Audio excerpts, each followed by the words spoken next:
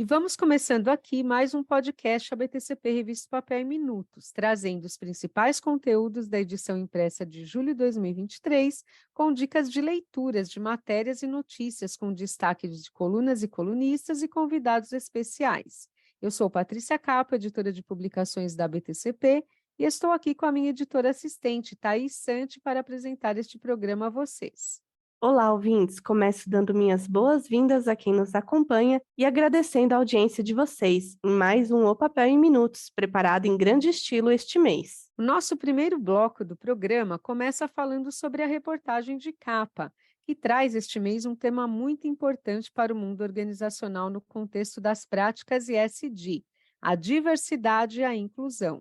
Nossa matéria de capa entrevistou representantes de grandes players do setor de papel e celulose e instituições para trazer um panorama sobre como está na prática a definição de políticas em benefícios às pessoas e formação de equipes diferenciadas, com foco em elevar suas respectivas competitividades. Contemplando 19 páginas de texto na edição impressa da Revista Papel de julho de 2023, a nossa reportagem de capa mostra que a diversidade vem realmente ganhando destaque no ambiente corporativo. E para falar um pouco mais sobre o pilar social da sigla ISD, nosso convidado aqui neste programa e também entrevistado da matéria de capa deste mês é Fabiano Alves Oliveira, diretor de Pessoas, Estratégia e Gestão da Irani. O pilar social da sigla em inglês ESG, que significa ambiental, social e governança, tem levado muito as empresas, inclusive as do setor de papel e base florestal, a olharem com carinho para dentro das suas organizações e reconhecerem a necessidade de uma cultura cada vez mais inclusiva e diversa. A conscientização da sociedade, ela acaba impulsionando uma mudança na maneira com que as empresas fazem negócios e também como tratam seus colaboradores, fornecedores e também as comunidades locais. As políticas de diversidade e inclusão, elas vêm ao encontro, buscando garantir uma representação mais justa e trazendo uma igualdade de oportunidade para todos, independente de gênero, raça, orientação sexual, idade ou origem. A inclusão também se estende às comunidades locais onde as empresas estão operando, garantindo que elas sejam beneficiadas por meio de impacto positivo. Fabiano exemplificou ainda como a diversidade é incentivada na Irani. Nós aqui na Irani estimulamos o aumento da diversidade. Por exemplo, nós temos um programa chamado Eu Valorizo a Diversidade, onde os colaboradores podem indicar profissionais LGBTQIA+, negros, mulheres, pessoas acima de 50 anos e PCDs. Em contrapartida, ganham um curso de qualificação à sua escolha, que é pago pela empresa e que também pode ser estendido aos seus dependentes. Nós investimos em uma série de ações em toda a organização buscando a inclusão de colaboradores. Em 2022, nós criamos o programa Gera Acessibilidade, que prevê um olhar para todos os espaços físicos da companhia. Nós avançamos ainda mais no objetivo de tornar o local de trabalho um lugar onde todos, pessoas com deficiência ou mesmo com problemas temporários de locomoção, um lugar agradável, confortável e seguro. Agradecemos o diretor da Irani pela participação em nosso programa e convidamos agora a executiva Renata Naum, especialista de diversidade e inclusão da Veracel Celulose, para dar o recado sobre a responsabilidade de todos na promoção de um ambiente favorável à diversidade e à inclusão nas empresas. Entendemos que as ações de promoção da pauta não são restritas à liderança ou ao Departamento de Recursos Humanos. Assim, convidamos todas as pessoas a refletirem sobre os marcadores sociais, seus privilégios e, principalmente, o papel dos aliados e aliadas. Nessa jornada, a nossa jornada vem avançando positivamente através do fomento de uma cultura inclusiva e respeitosa para todas as pessoas, por meio de ações de sensibilização e letramento. Contamos ainda com a revisão de políticas e procedimentos e o desenvolvimento de programas afirmativos para os nossos pilares de atuação, que são pessoas com deficiência, gênero, orientação sexual, raça e etnia e diversidade geracional. Nossos agradecimentos à Renata pela presença em nosso Papel em Minutos e convidamos os nossos ouvintes a acessar o papeldigital.org.br e já conferir a reportagem de capa completa enquanto aguardam a chegada de suas edições impressas, que tem leitura para mais de metro, como diz um velho ditado, considerando essas 19 páginas de reportagem sobre diversidade e inclusão. Fica a dica, Patrícia. Mas vamos passar agora para a nossa entrevista principal deste mês, com destaque para a CMPC. A empresa está desenvolvendo um projeto de reuso de água no viveiro, localizado no Horto Florestal Barba Negra, em Barra do Ribeiro, no Rio Grande do Sul. O investimento de 3,5 milhões de reais contempla a implantação de uma estação de tratamento de água, com previsão de funcionamento no início de 2024, e quem é o nosso convidado neste programa para falar um pouco mais sobre o projeto é Maurício Harger, diretor-geral da CMPC no Brasil. Nos últimos anos, o Rio Grande do Sul vem atravessando fortes secas. A ideia do projeto, que promove a reutilização de água no viveiro, nasceu com o intuito de reduzir o consumo no local onde cultivamos nossas mudas e influenciar positivamente nossa comunidade. Com essa tecnologia, seremos capazes de captar a água de chuva, reaproveitar os efluentes utilizados na produção das mudas e diminuir em 70% o consumo hídrico neste espaço localizado dentro de uma de nossas reservas particulares de patrimônio natural. Neste momento, a iniciativa encontra-se em fase final de licitação e as obras estão programadas para começar em novembro. Além disso, já recebemos visitas em loco de empresas interessadas em realizar a implantação de estação de tratamento de água do viveiro.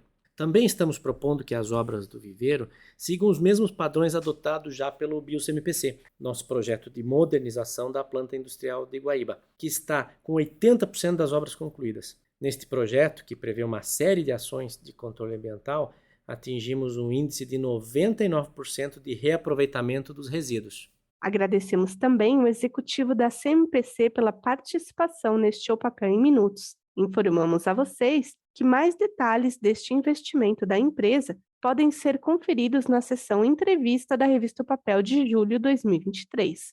Acessem opapeldigital.org.br ou aguardem as edições impressas chegar às suas residências. Mas antes de encerrar este primeiro bloco do nosso programa, eu vou adiantar aos ouvintes que ao final deste nosso Papel em Minutos, vamos trazer esclarecimentos de forma extraordinária sobre fatos relevantes veiculados nesta última semana em relação à Paper Excellence e à Paracel. E as informações que vamos trazer aqui no terceiro bloco do nosso programa são de fontes oficiais. Mas sem dar spoiler neste primeiro bloco, Patrícia, convido a todas, todos e todas a ficarem conosco até o final do podcast para saber quais são essas atualizações de notícias importantes para o setor. E sem nada mais a dizer neste momento, Thaís, vamos em frente com o nosso Papel em Minutos, o programa que tem compromisso com a qualidade da informação e credibilidade dos ouvintes e leitores da revista O Papel Impressa. Nosso segundo bloco do programa destaca nesta edição da revista O Papel de julho de 2023 as colunas sobre indicadores de aparas, estratégia de gestão e biomassa e energia renovável, que estão com temas bem interessantes aos ouvintes. Começamos com o colunista Pedro Vilas Boas, presidente executivo da ANAP, Associação Nacional dos Aparistas de Papel, para ele comentar sobre o cenário desafiador pelo qual o segmento dos aparistas de papel vem atravessando nos últimos meses. Eu tenho falado na coluna ANAP, publicada na revista Papel, que aparentemente o segmento de aparas está passando por um momento difícil, um momento que talvez seja de mudança estrutural. Isso tem provocado alguns questionamentos, então eu gostaria de falar um pouquinho sobre isso. O nosso primeiro grande problema é que a economia está muito fraca. E isso faz com que a demanda por papel, por embalagem de papel, esteja pequena. Mas isso é um fato que acontece periodicamente e que provoca alguns danos ao setor, mas isso já vem acontecendo, são aquelas altas e baixas de preços que ocorrem que são relativamente normais. Hoje, isso está sofrendo um impacto adicional de alguns outros fatores, né? O primeiro deles, eu diria que é a Política Nacional de Resíduos Sólidos. Para um setor que tem consumido historicamente até 5 milhões de toneladas, A Política Nacional de Resíduos Sólidos começa a trazer mais material via sistemas de coleta seletiva, começa a trazer material que ia para o lixo e para ser inserido na cadeia da reciclagem. Só que essa cadeia já está sendo abastecida pelos aparistas de material que não foi descartado, material que a gente coleta em supermercados, em lógicas e que tem sido suficiente a abastecer a indústria recicladora de papel nacional. Então, todo o material que vem vindo da política vem sendo um adicional de oferta.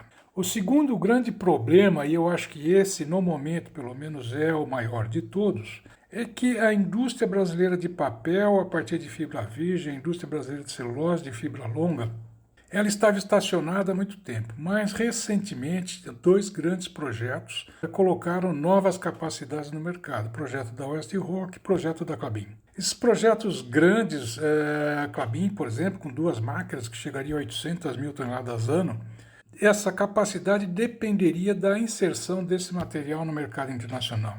Haveria necessidade de exportação de um grande volume desse novo papel produzido a partir de celulose de fibra virgem. Só que, com a guerra na Ucrânia, o mercado internacional parou de comprar, os preços caíram e houve a dificuldade de se colocar esse produto lá fora. Para vocês terem uma ideia, nós já tivemos exportações mensais de 70 mil toneladas de kraftliner e hoje estamos exportando 25 mil toneladas mensais. É lógico que todo esse material, ou grande parte desse material, está sendo direcionado para o mercado interno. E, ao entrar no mercado interno, ele vai, primeiro, deslocar o papel reciclado, que deixa de ser necessário, mas ele, no segundo momento, vai gerar aparas. Então, isso é muito danoso para o segmento, porque você vai ter muito mais aparas e muito menos consumo. Isso fica bastante evidenciado quando a gente vê que a Klabin hoje, por exemplo, não está reciclando papel. Praticamente não está reciclando papel. Ela parou as unidades de Franco da Rocha, as unidades de Paulínia, e isso, na verdade, representa um altíssimo volume de aparas que está deixando de ser consumido, sem que o volume correspondente de papel deixe de entrar no mercado. Então, o papel de fibra virgem está entrando no mercado, mas a hora que ele vira aparas, ele não encontra mais consumo. Então, esses 2 fatores estão atualmente provocando uma mudança estrutural no segmento de aparas. Isso, como vai ser resolvido, eu acredito que, se a gente voltar a ter um bom crescimento econômico, o Brasil crescendo acima de 5%, o mundo voltando a comprar papel, a gente vai, a um prazo relativamente curto, vamos conseguir normalizar o mercado. Mas as perspectivas para que isso aconteça hoje não são muito boas, como todos vocês sabem, né? Então, nós realmente estamos bastante preocupados com a atual situação do mercado de aparas. Inclusive, estamos vendo reação por parte dos catadores de papel, que estão já sem remuneração, estão dizendo que já não tem mais como pagar as contas da cooperativa, já não tem mais como remunerar o cooperado, e o cooperado começa a ter até, vejam, num caso extremo, o cooperado começa a ser solicitado a colocar dinheiro na cooperativa para a cooperativa pagar as despesas. É lógico que, nesse caso, ele prefere abandonar a cooperativa. Então, todo o sistema de coleta de aparas, no momento, está sendo desestruturado.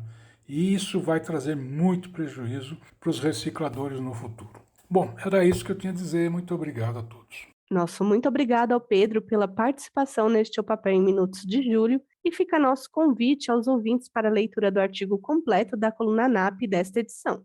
E vamos falar agora sobre estratégia e gestão, que é tema assinado mensalmente em nossa revista O Papel pelo colunista Márcio Funchal, fundador da Márcio Funchal Consultoria. E este mês, o Márcio fala sobre os caminhos que estão sendo tomados pela produção industrial brasileira, destacando alguns pontos importantes que ele identificou sobre eles em sua análise de cenário. Olá, ouvintes do podcast Revista O Papel ABTCP. Pois é, uma satisfação estar aqui com vocês novamente. Vamos comentar sobre a edição 85 da coluna Estratégia e Gestão. Essa coluna que existe desde 2015, trazendo bastante informação mês a mês aí para todos os leitores. Pois então, Patrícia, nesta edição a coluna aborda a questão do desempenho industrial. A gente inicia o segundo semestre de 2023 tentando entender quais são os cenários futuros para a indústria de celulose e papel brasileira. Logicamente, como a gente não tem bola de cristal, né, a gente costuma se basear em indicadores passados, analisando o quadro atual e daí então tentando projetar as possibilidades para a produção industrial para os próximos meses. Então, para esta coluna, eu fiz uma análise dos últimos anos, considerando a produção industrial, efeitos de sazonalidade da produção ao longo do ano, né, para a gente compreender então como é que se comportou a indústria em diferentes períodos dos anos recentes. E para ainda trazer um pouco mais de tempero nessa análise, eu trago também, além da indústria de papel e celulose, outras 5 indústrias que fazem parte do nosso dia a dia: indústria de vestuário e acessórios, indústria de veículos automotores, a fabricação de cimento, desdobro de madeira, que pega toda a parte de construção civil, de tábua, ripa, forro, porta, piso, fábrica de compensado, chapas de MDF, além da indústria de móveis. Então, esses são 5 segmentos industriais que estão ligados diretamente ao nosso dia a dia e que também são interessantes de serem comparados com a indústria de celulose e papel, para a gente ver então qual é o cenário conjunto dessas situações industriais frente ao cenário de prospecção de oportunidades para a indústria nos próximos meses. Eu convido então todos os ouvintes a irem lá no website da Revista ao Papel, consultar então a revista digital ou aqueles que recebem a versão impressa, né, para ter detalhes então dessa análise, não trazendo então logicamente nenhum propaganda antecipada dos resultados da análise. Ok? A gente se encontra nas próximas edições e qualquer dúvida que vocês tiverem podem entrar em contato com a equipe ABTCP para tirar dúvidas, que a gente vai atendendo aí as solicitações ao longo das próximas edições. É isso, forte abraço, fiquem bem. Nossos agradecimentos ao nosso querido colunista Márcio Funchal pela presença aqui conosco neste programa. E vamos convidar na sequência o também colunista da Revista Papel e professor da Unicamp, Mauro Berni, para dar seu recado aos ouvintes sobre o conteúdo de sua coluna nesta edição de julho. Prezados leitores da Revista O Papel, estou passando aqui para convidá-los a lerem a coluna sobre hidrogênio verde na revista de julho. Nós focamos, as rotas tecnológicas para a produção desse hidrogênio verde. O Brasil ele tem buscado alternativas e estudos, inclusive colocando plantas em atividade no Brasil, principalmente lá no Ceará, e tem alguma experiência também no Rio Grande do Sul. Com certeza, aí, no médio e longo prazo, o hidrogênio verde ele vai realmente substituir aquele hidrogênio que hoje é usado reforma do gás natural, que é o gás natural, um combustível fóssil. E esses estudos têm caminhado muito, têm ganho espaço, sobretudo em países do primeiro mundo, Alemanha. Inclusive, fala-se em leilão. No Brasil, o RenovaBio também deverá alavancar. Então, eu convido vocês, meus queridos leitores, a passar aí e ver na revista. Espero que todos tenham uma ótima leitura. Muito obrigado. E encerramos este segundo bloco do nosso programa com um grande abraço aos colunistas presentes neste O Papel em Minutos de julho de 2023 e convite aos ouvintes para acessar o papeldigital.org.br para a leitura completa destes e de outros artigos excelentes dos demais colunistas. Nosso terceiro bloco deste podcast traz como destaques a reportagem especial sobre o Programa de Formação de Gestores de Celulose e Papel da ABTCP, o chamado PPGCP, iniciado em 4 de julho último, com 17 alunos e 12 empresas investidoras. Além disso, vamos comentar sobre o tema do artigo técnico desta edição, agradecer aos nossos anunciantes do mês e passar pelas principais notícias do nosso radar. E como prometido no início do programa, teremos informações atualizadas sobre o grupo JF Paper Excellence para a CEL. E parênteses, caros ouvintes, estas atualizações de notícias não estão publicadas na edição impressa, já que não deu tempo de fechar as apurações com as fontes oficiais antes da impressão da nossa revista. Começando pelo PPGCP, os principais executivos organizadores do programa pontuam ser ele uma das principais portas de entrada de novos talentos nas grandes empresas do setor de celulose e papel e organizações que integram esta cadeia produtiva. E esta reportagem especial sobre o PPGCP contém informações sobre o grande novo projeto da área técnica da BTCP, a Universidade Setorial, que deverá englobar todos os produtos voltados à capacitação técnica dos profissionais da indústria de base florestal e tem o seu lançamento marcado para a semana do 55º Congresso Internacional de Celulose e Papel, o ABTCP 2023. Portanto, aguardem e participem do nosso evento em outubro. E passando para o artigo técnico desta edição, o tema é o potencial da lignina no contexto brasileiro, um diagnóstico de especialistas brasileiros sobre tecnologias e tendências para 2030. A autoria deste importante paper é de pesquisadores da Embrapa Agroenergia e da Universidade de Brasília. Por estes destaques técnicos e por muitos outros sobre as atividades da BTCP, vale acessar a edição completa em opapeldigital.org.br e passar pelas 96 páginas desta edição de julho de 2023. Isso mesmo, Thaís, fica a dica. E antecipando os nossos agradecimentos às empresas anunciantes da revista Papel Impressa deste mês, antes de passar pelo nosso radar e depois entrar com as atualizações da JF, Paper Excellence para a CEL, vamos reconhecer este mês de julho o apoio da Andritz Brasil, Andritz Fabrics and Rolls, Indústria e Comércio, da BASF, da Cenibra, Ecolab, FIT, Instituto de Tecnologia da Amazônia, da Irmãos Passaúra, Corber Brasil, da Paptec, que é um anunciante internacional, da Radix Engenharia e Desenvolvimento de Software, Rude Correntes Industriais, Suzano, Voigt Paper e a Havana. Novamente, então, a nossa gratidão a estas empresas que permitiram a continuidade da circulação da revista Papel Impressa de forma sustentável em julho e que continuemos recebendo apoio de muitas outras organizações futuramente, certo, Thaís? Isso mesmo, Patrícia. E vamos em frente com o nosso programa, passando agora aos destaques editoriais da coluna Radar. A Peróxidos do Brasil investiu em uma nova fábrica de produção de peróxido de hidrogênio no Chile. Portanto, desejamos muito sucesso a esta respeitável empresa do setor químico.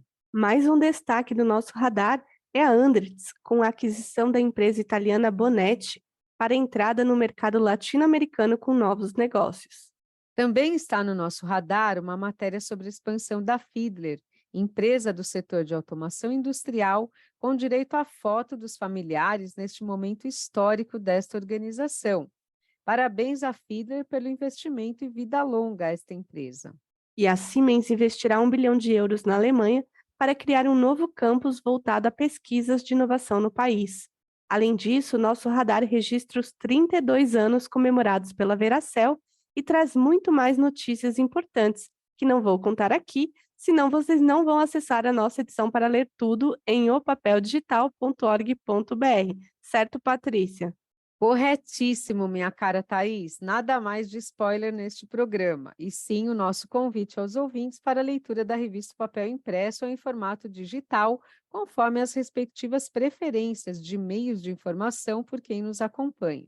E antes de trazer as atualizações prometidas sobre a JF, Paper Excellence e Paracel, vamos anunciar que a próxima edição da revista Papel, a de agosto de 2023, será imperdível, com a reportagem de capa da Klabin e inauguração do projeto Puma 2. Não percam!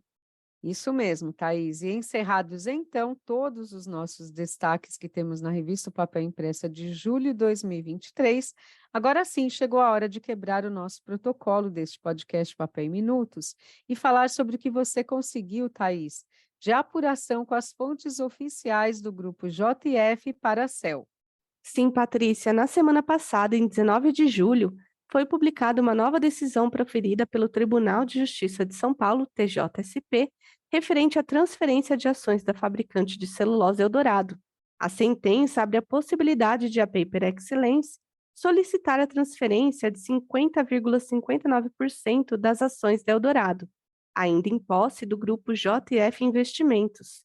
Em nota que lerei a seguir, enviada pela assessoria de imprensa da JF Investimentos ao papel, como um posicionamento da companhia, a empresa contesta essa sentença. Abre aspas.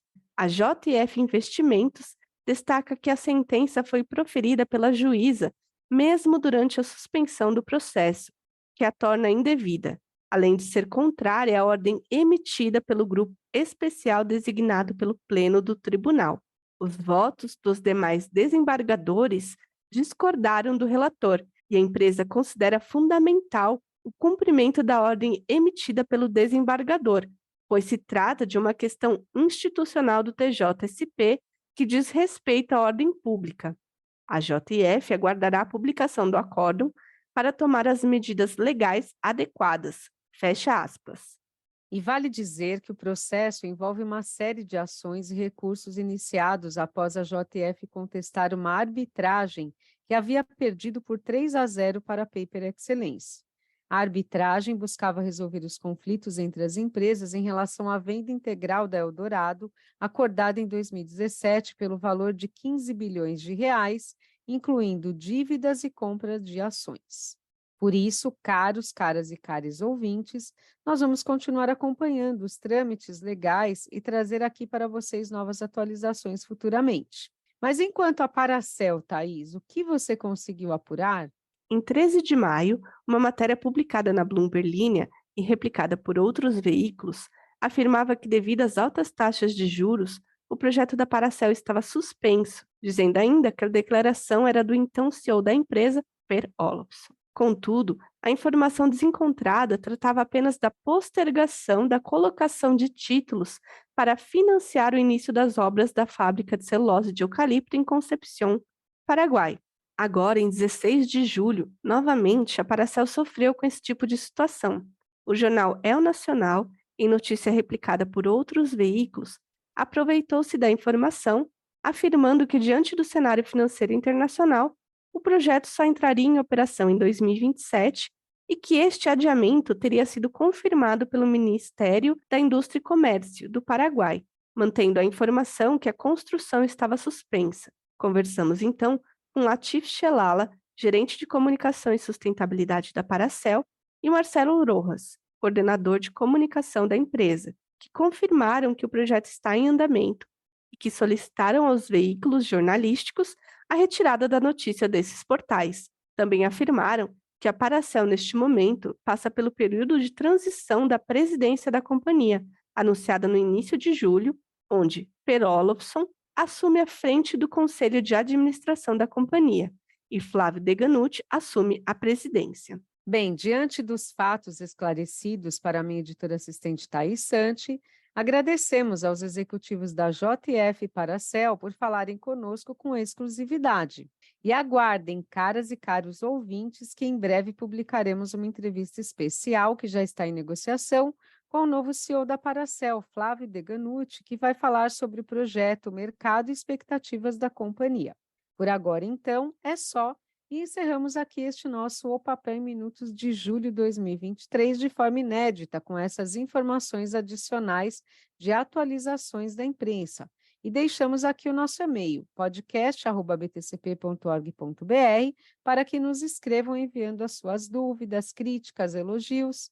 E também vamos deixando os nossos agradecimentos a todas, todas e todos que nos acompanham neste podcast, que mensalmente vai ao ar, trazendo as informações sobre a revista O Papel, um veículo de 84 anos em circulação. Nosso grande abraço e até a próxima edição.